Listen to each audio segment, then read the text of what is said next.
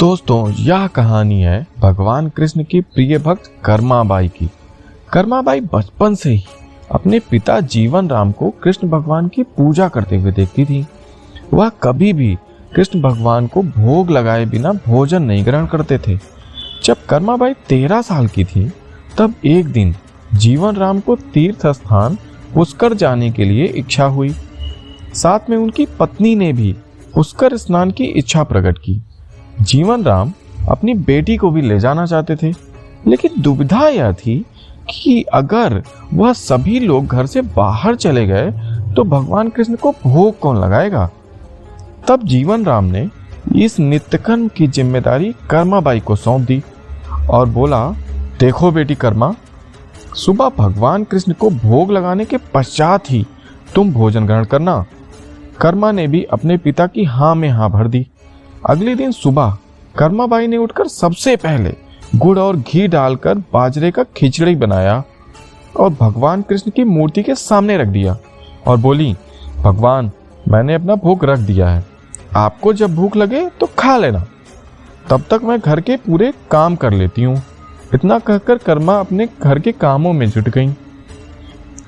काम करते करते बीच बीच में आकर देखने पर जब कर्मा को ज्ञात हुआ कि भगवान ने अभी तक खिचड़ी खाया ही नहीं है, तब उन्हें संदेह हुआ कि शायद खिचड़ी में घी और गुड़ कम है, इसलिए भगवान कृष्ण भोजन ग्रहण नहीं कर रहे हैं। तभी कर्माबाई ने खिचड़ी में थोड़ा गुड़ और घी और मिला दिया और मूर्ति के सामने बैठ गई।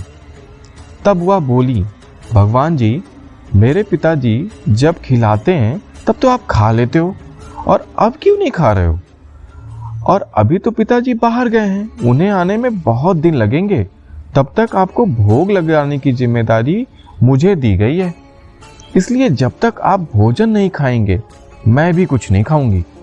इस तरह जिद पर अड़ी नन्ही कर्मा की प्यारी बातों से कृष्ण भगवान का सिंहासन डोल गया और फिर मूर्ति में से आवाज आई, बेटी कर्मा, तुमने पर्दा तो किया ही नहीं है, तो मैं भोजन कैसे ग्रहण करूं? तब कर्माबाई ने मूर्ति के आगे अपनी चुनरी का पर्दा किया और कुछ ही समय में कृष्ण मूर्ति के सामने रखी खिचड़ी की थाली पूरी की पूरी खाली हो गई। अब कर्मा रोज सुबह सबसे पहले कृष्ण को बाजरे का खिचड़ी खिलाती थी और बाद में भोजन ग्रहण करती थी। कुछ ही दिनों बाद घर लौटने पर कर्मा के माँ बाप भी कृष्ण की लीला को देखकर दंग रह गए और इस तरह कर्माबाई श्री कृष्ण की निस्सीम भक्त बन गई। अपने जीवन के अंतिम दिनों में कर्माबाई भगवान जगन्नाथ की नगरी जगन्नाथपुरी में एक कुटिया में बस गई। वहां पर एक दिन कर्माबाई की कुटिया के सामने तेजस्वी कांति वाला बालक आया। उसने कर्माबाई से कहा, मुझे भूख लगी है, माँ मुझे खाना दो। उस वक्त भी कर्मा अपने भगवान कान्हा को खिचड़ी का भोग लगा रही थी। कर्मा ने उस बालक को भी खिचड़ी खिलाया। उसके बाद से वही बालक हर रोज कर्मा के हाथ का खिचड़ी खाने आता था। यह सिलसिला कई वर्षों तक चलता रहा।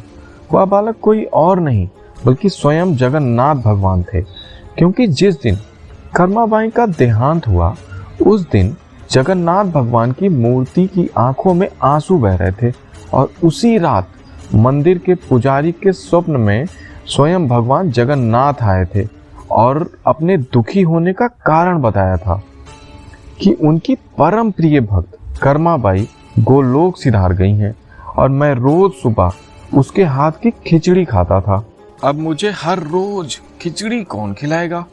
अगले दिन से मंदिर के पुजारियों ने निर्णय लिया कि भगवान को अब हर रोज बाजरे की खिचड़ी का भोग लगेगा और उस भोग का नाम दिया गया कर्माबाई की खिचड़ी।